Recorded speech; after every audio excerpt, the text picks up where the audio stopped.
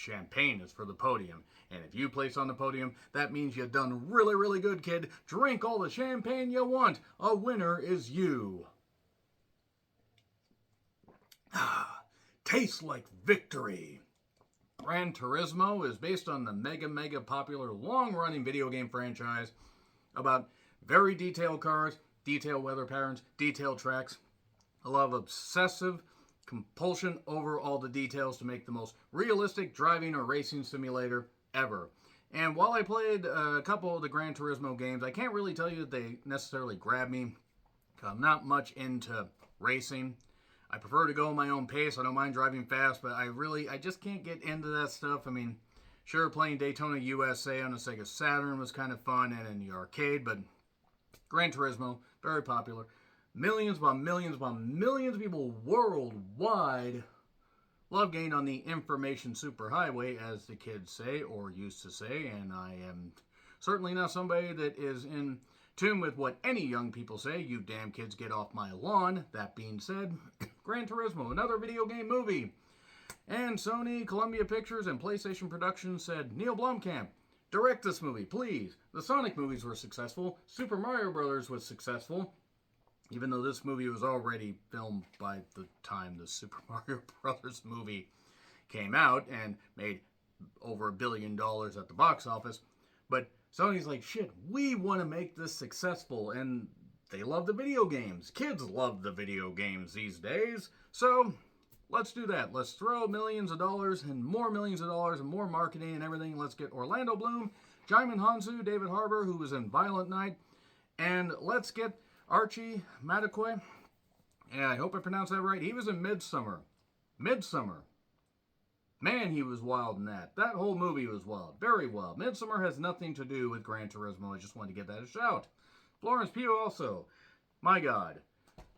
So anyway, Gran Turismo. Yep, it's full of racing and people having to achieve their dreams because it's based on the very true story of Jan, played by Archie, who is a young man whose father, Jaimin Hansu, appreciates his son's passion for racing and playing video games, but he says you can't parlay that into a career, and you definitely can't become a racer.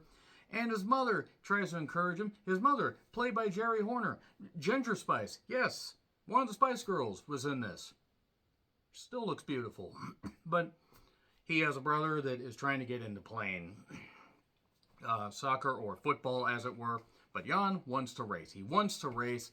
And then after a particular party sequence where he meets a really pretty girl, he decides, I'm going to try and get into this competition because I'm so good at Gran Turismo. And my God, do you know that Gran Turismo and Sony and Nissan especially sponsored this because it's plastered all over the goddamn cars. And they managed to shove it right in your face to the point where it's like, this is what it is. Nissan. Just taking the Nissan logo and just doing this and just doing this with you to the point where you're having to look through this and say, I think I'm getting the idea that this is marketing and it's showing that these games are really cool. Let me just look through the lens and it's hitting me right in the goddamn face. Yeah, the movie pretty much slaps you in the face with all the graphics and all the sponsor spots and everything. And it kind of makes sense for Sony, Columbia Pictures, and Nissan wanting to make sure that they get their brands in there. And this movie was 135 minutes long. And Neil Blomkamp, in case that name maybe rings a bell, but you can't quite figure out what he's done. Well, he did District 9, and I'm going to go over some facts and figures really quickly before getting into the rest of the plot, such as it is. District 9, 2009 is when it came out. $30 million budget, $115.6 million in the U.S. and $210.8 million worldwide. Big success. I hated District 9 because I didn't know what the hell it wanted to be. There were good ideas, and they all fell apart because it either wanted to be a sci-fi, action-y horror thing with some good social commentary or wanted to be a documentary with social commentary. It couldn't meld those at all. But then Elysium, $115 million budget, $93 million at the U.S. box office. Not a raging success, but worldwide. almost $300 million, $286.1 million. That's close to almost. So yeah, they said, well, we can't give you $150 million just in case you don't get that big worldwide box office return. So we'll give you $49 million to make Chappie about a robot that does things.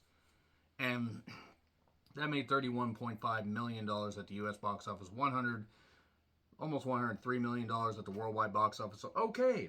He also did a movie called Demonic. It really didn't get much of a wide release. It also came out a couple of years ago when theaters weren't necessarily roaring at that point because of the pandemic.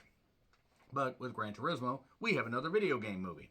And also, if you were to get out your race movie cliche bingo card, you could have boy that wants to achieve a dream, certain things get in his way. There's a love interest, check. There's a brother that does love his brother, but feels that just feels that what he's doing is better, check. The father that believes in the son, but doesn't believe he can parlay it into a career, check. And then, achieving against all odds and all this stuff, and check, and backstory where he has to overcome a fear of certain things, check. And oh, I got the Spice Girl bonus. Have I made it clear how I felt about this movie? It's not even that I necessarily hate it. It's just that for fans of the video game, you guys will appreciate this. If you're just a casual person that's aware of the games and you just want to go see a good racing movie, here's what you're going to get. You're going to get a movie that, while it keeps allegedly moving fast, it never gets out of first gear. It stands still while moving. It's in neutral while trying to speed for the stars. It looks fancy, but it looks too clean. And it also feels soulless and disappointingly safe. And it just literally has every cliche on a race or sports bingo card and just checks them off. And it's like everybody was on autopilot. Yes, the acting is okay at best, but for somebody like Jaimin Hanzo, who has been terrific since Amistad, Gladiator, and deserves meaty roles to sink his teeth into, he is almost completely forgotten about. Jerry, Ginger Spice, she's okay. The girl who plays the love interest, she's fine. I mean, she's more than fine, but nevertheless. Archie, he's okay. Like, he showed potential as an actor in Midsummer. But here it's like any chance. David Harbour's like the only one that's trying to do anything. He's a mechanic that has a backstory that we find out a little bit later. And he's trying to he's basically trying to get these kids ready, because the idea of Orlando Bloom's Danny Moore is he works with Nissan. Let's get these, gamer kids, get the best of the best. And then we'll have 10 of them. You'll get them ready. Mr. David, well, actually, it's Jack. And then what you're going to do is you're going to get them ready because you were a great racer and something happened that we find out later. You're going to get these kids ready. And then Jan he's so determined, but he just keeps having issues. But then he doesn't really have issues because there's no stakes to sink your teeth into. There's nothing to sink your teeth into. That's the thing about this. For 135 minutes, this movie just plods and just plods along. If you cut the slow-mo out of this and cut certain things out, you could have saved 25 minutes easily. And the story would have been just the goddamn same. It's an inspiring true story. And they tell some facts and everything, and they try to keep it, I guess, as close to the story as possible. I'm not that familiar with the story, but apparently they put a lot of research into it. My thing is, it's true story or not, whatever liberties they take, whatever liberties they don't take, if you make a movie interesting and make a movie entertaining, great. They didn't. They didn't fucking make this movie entertaining at all. Anytime David Harbour is having a little bit of fun and, oh, no, we can't have that. Let's get back to more product placement, baby. That's what this was, product placement, the movie. And I understand that. Because the Gran Turismo games have a lot of graphics and have a lot of, fancy, schmancy things going on, and that's great. That's fucking great. Here's the thing. You can't make a movie around that. You can make something that people will eat like candy, but it has no depth. If this was a spoonful of water, it would be floating above it. That is how little depth this movie has. And there are things that happen a little bit later that are absolutely shocking to nobody, whether it's a true story or whether it's completely fabricated. This is still better than Driven, but Jesus Christ, I've shat things out better than Driven. And at least Archie's face can move, unlike Stallone's at that point. But everybody, any of the star power is completely wasted. Like Orlando Bloom, I mean, what happened to him? Oh, Kingdom of Heaven wasn't really all that great, and then other choices that he made. But yeah, David Harbour's like the only one that's trying to do anything of the big name actors. Everybody else is just on fucking autopilot. Everyone's just in cruise control. Ironic, because this actually has nothing to do with Speed 2 cruise control. Yes, Speed 2 cruise control somehow at least was more entertaining than this. Wasn't realistic. And yes, they try to go for an element of realism, and I don't mind that. But even the villains, or even any attempts to make these guys, these hated people that Jan has to fight against, and we don't really want to focus on that because we have to steer it more towards the product placement. And again, disappointingly safe and just not good. Sterilized, sanitized. I mean, good God, if this thing was more sanitized, we would have gotten goddamn poisoning from all the sanitizer that was there. We would have died of fumigation or something like that. Nevertheless, the movie just doesn't click. It doesn't click at all. People will like it. If you're fans of the game, you'll like it. I decided to watch a special screening because why the hell not? I also didn't want to wait 3 goddamn weeks and go watch it. And the crowd I watched it with seemed to like it. I didn't, because Neil Blomkamp, I think, is my arch nemesis as far as a director, because none of those movies I mentioned are any goddamn good. Chappie wasn't very good. Elysium was kind of terrible. And District 9 was one of the worst things I saw of the 2000s as far as a purported big budget movie. That being said, well, he certainly got paid to do this, and Sony certainly better hope that they get a lot of money out of this. Are they going to do another movie? Probably not, because are they going to find more true stories? No, I doubt it. And if they do, hopefully they make them more interesting than this one. It's not that Jan's story isn't interesting. I look forward to the days when they actually make his story interesting. Now I'm going to get into spoilers. Spoilers will not take very long because there ain't much to fucking spoil. It's going to be in theaters on 25th. If you get a chance to see a special screening, go for it. Or don't. I don't really care. 3, 2, 1, spoilers. Okay. Jaimin Hanzo ends up realizing that his son is really, really good. He gets, after Jan gets into that GT Academy, and Nissan, he has a love interest that she talks about going to New York City. He talks about going to Tokyo because of the video game. And the romance would actually be, the romance is still better than the one in Halloween Ends, let me just say that much, because while there's not much to this, it's at least somewhat organic. But he almost runs into trouble when his brother's drunk, and he takes the fall.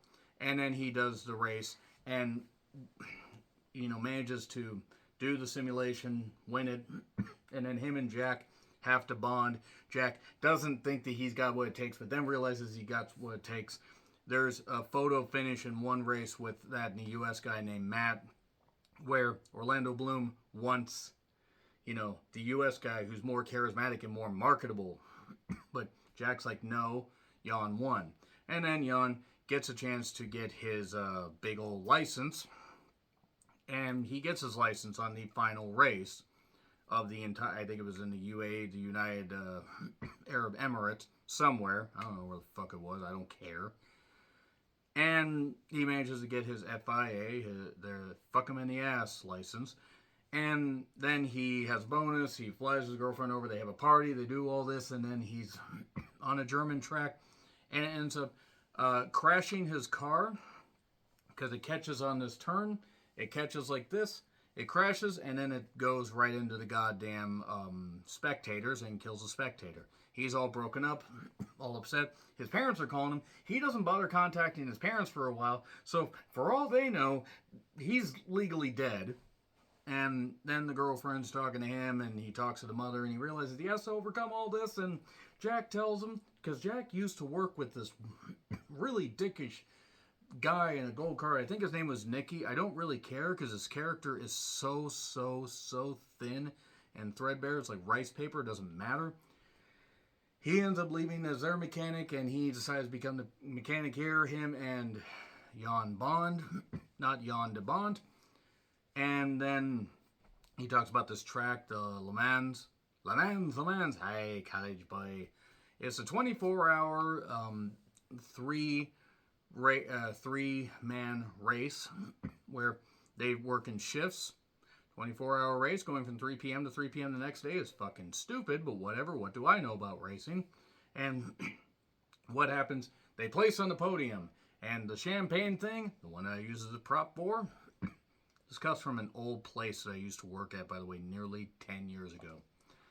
And yes, I still have a sleeve of those cups because I just keep them stored. Nevertheless, they end up winning, they end up getting in the third place. It doesn't matter. They place and they drink champagne and all that. And then we tell some facts and figures about all this. But before that, Jaimin Hanzo says, "I'm so proud of you, son."